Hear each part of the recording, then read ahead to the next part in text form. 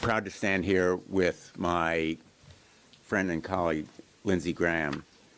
I'm tempted to say, as the trial lawyer that I once was and in some ways hope to be again in the United States Senate, Exhibit A, Yeah. I rest my case. Yeah, there you go. Two of the most autocratic, atrocity-committing leaders in the world standing together, terrorist sponsors. This picture says it all. Russia deserves to be, in fact, it's deeply earned the designation to be a state sponsor of terrorism. And so far as the practical consequences are concerned, yes, sanctions would be strengthened, and yes, there would be practical consequences, but in my view, this message to the world is as important in a moral sense as any practical consequence. Russia deserves to be in this small, selective club of atrocity-committing killers. And Russia deserves to be designated as a state sponsor of terrorism. So we're going to pursue this fight. It is bipartisan. We have other supporters. And it is a priority for me, having seen in very personal ways what Russia has done in Ukraine. We visited in Bucha the site of the mass graves. Women and children, hands tied behind their back, shot in the head. We have talked to prosecutors about Russia kidnapping children and indoctrinating them in Russia, taking them away from their loved ones and parents. We have seen firsthand the kind of terrorism that Russia has committed and sponsored around the world. And I believe that the United States Senate has to take a stand. Thank you. Well, if I were on the jury, guilty. You did a good job. So, bottom line here, this is a moment in history that will be viewed decades to follow as consequential. What do you have to do to become a state sponsor of terrorism? People are falling out of windows right and left. Putin has been involved with the Wagner Group, which is an extension of the state, dismembering Africa. Navalny's death was beyond strange. Every form of opposition has been crushed in Russia. They use the benefits of the Russian state to support terrorism through the Wagner Group and other entities. Now, Putin has entered into a defense agreement with one of the most notorious terrorist states on the planet. We have lost deterrence. The fact that he would be bold enough to do a defense agreement with North Korea, as Senator Blumenthal said, one of the most oppressive regimes on the planet, means we have lost deterrence. What would it matter if we designated Putin's Russia a state sponsor of terrorism? It would be a morale boost to the people of Ukraine. Right. It would make Russia even more of a pariah state, that if you wanted to do business with Russia after we make them a state sponsor of terrorism, you do so at your own peril. It would allow victims of Putin's barbaric behavior to access American courts through this designation. To my friends at the administration, I've been working with you on Saudi and Israel. I will continue to work with you on normalization between Saudi Arabia and Israel. It's a big deal. But if you worry about being too provocative regarding Russia, stop worrying. Stop worrying. You're not too provocative. We need to up our game when it comes to Russia. And the last really tool in the toolbox that we can use is a designation of making Russia a state sponsor of terrorism. I think there are only 7 nations in the world that have this designation, and it does matter. It matters a lot. So I would urge Senate leadership to bring this bill to the floor for a vote. We've made Cuba a state sponsor of terrorism. We've engaged with Cuba. It doesn't mean you can't engage. It just means that they wear a label well-deserved. Syria, Iran, Cuba, North Korea, and now Russia. So I just end with this. Of all the people I've worked with on national security, Senator Blumenthal has been very consistent. He's a proud Democrat, but when it comes to standing up for democracy, when it comes to standing up to thugs, he's really second to none. I have a pending arrest warrant in Russia. I don't know how they missed you. You make me look like a choir boy. So the bottom line is we're not giving up. We're going to insist on a vote. The best thing we could do, I think, to shape the future is to label Putin a terrorist leader, because he is.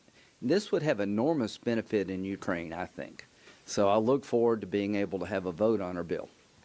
And I want to just say about Senator Graham, he's not only been consistent, he's been passionate and inspiring in a way that John McCain was consistent and inspiring. I often think of John McCain at this moment and what he would think about a bipartisan partnership on this issue.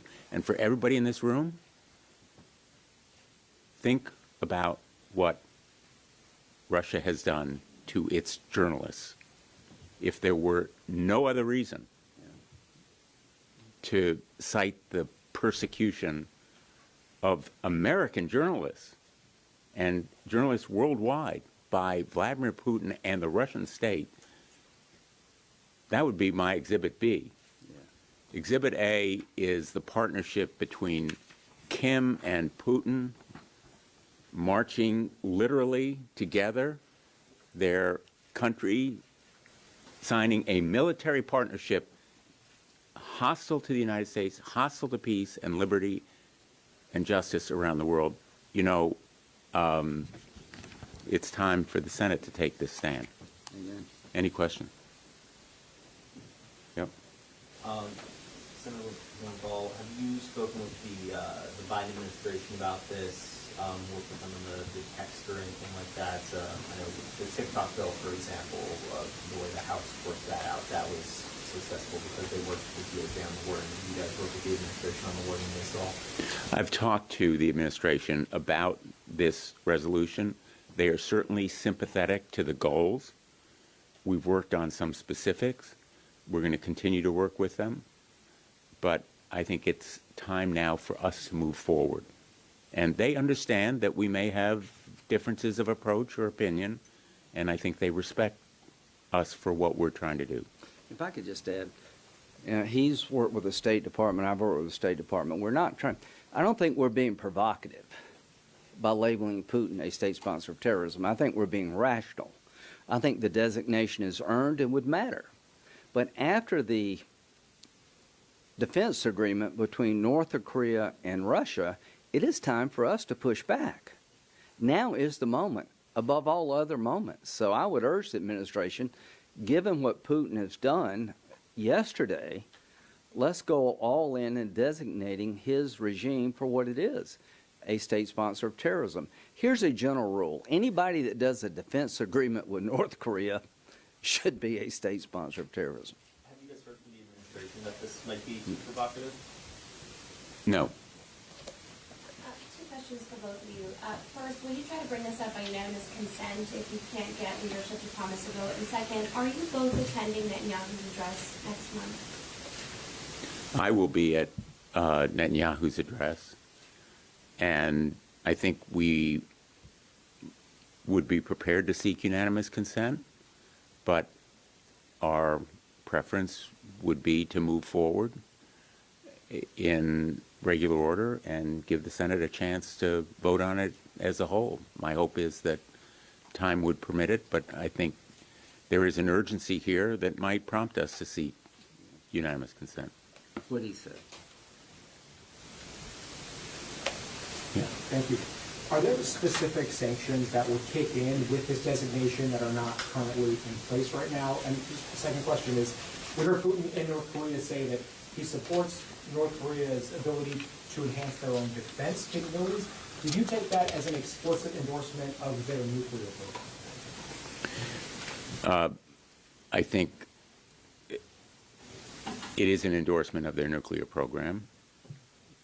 I will tell you, again, I don't want to hold up the picture for a third time, but this photograph is not just outrageous, it is deeply scary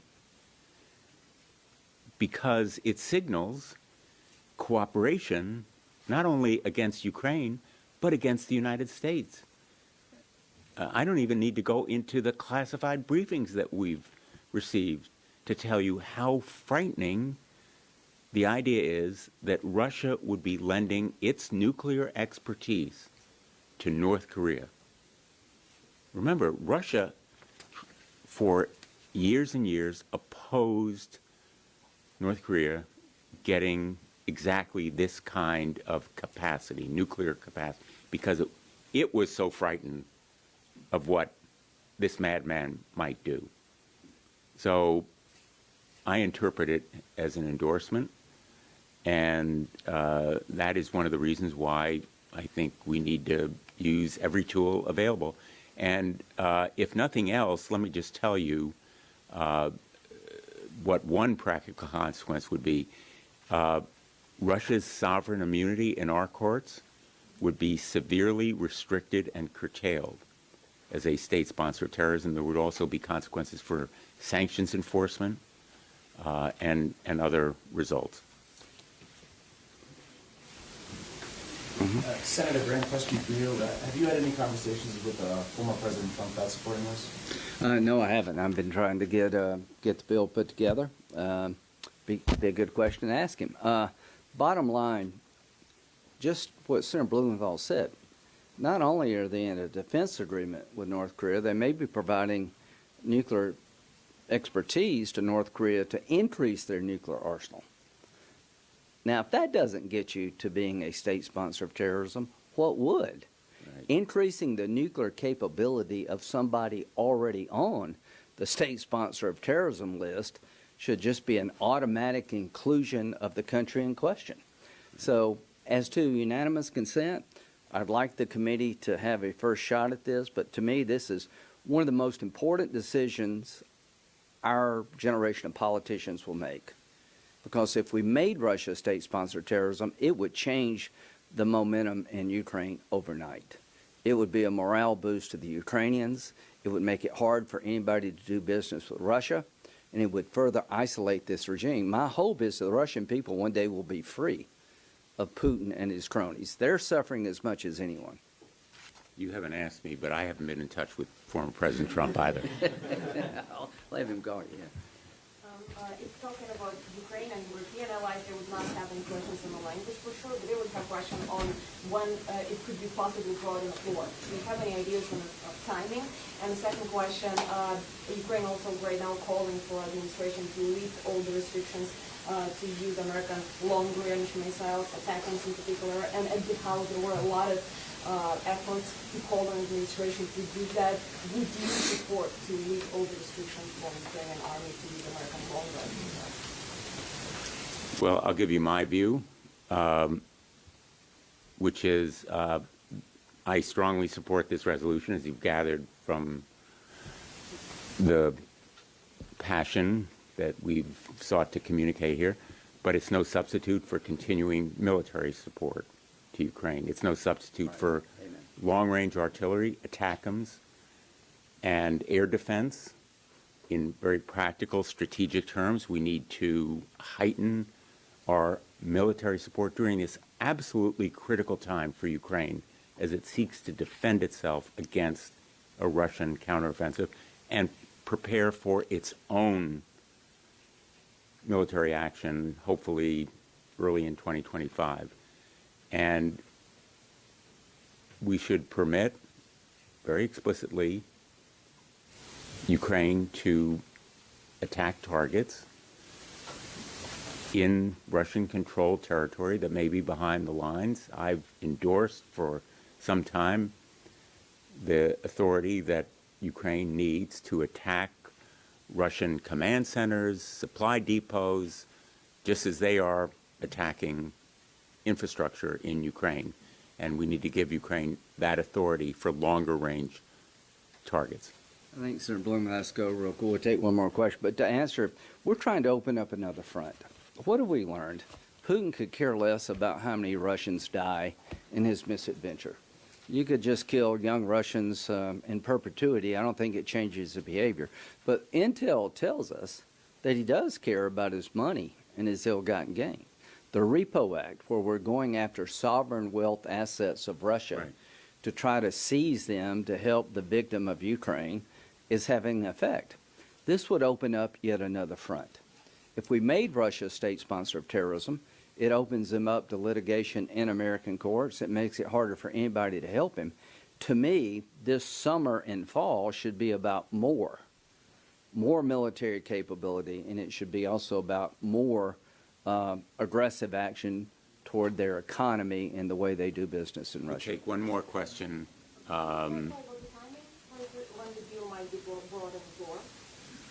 Like, do you see any ideas when will it take months or 2 or You know, I think predictions on time are pretty hazardous around the United States Senate.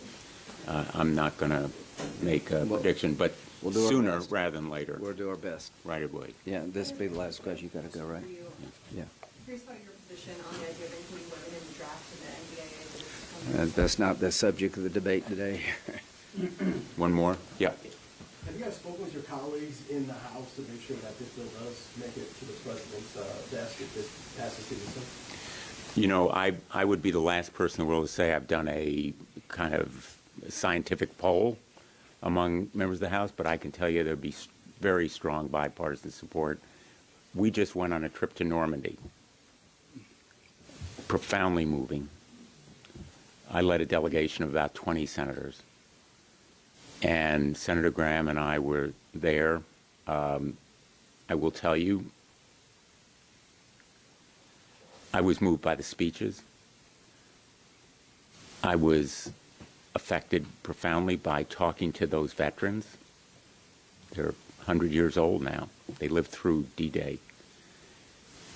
And walking the beach in Normandy, Omaha Beach, where those soldiers landed in 8 feet of water and then had to cross 3 football fields, flat, no cover, when they were under a hail of mortars and machine guns.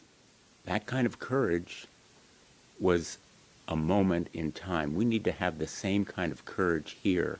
And I talked to members of the House who also went to Normandy for that trip. If we can summon the courage of that kind of moment for this resolution, but as Senator Graham said so well, for countering Russia as it imperils democracy now, just as Hitler did then, we will pass this resolution, but we will do more. This resolution is no substitute for seizure of assets. It's no substitute for providing arms. It's no substitute for the United States galvanizing the world against North Korea, Russia, Iran. Democracy is under siege and assault. And this is not just words on a piece of paper. This is a statement of moral intent. And we'll wrap it up with this. Just to imagine for a moment, if you voted against this resolution, if you had a chance to vote, look what you'd be endorsing. You would be saying, well, that's not enough.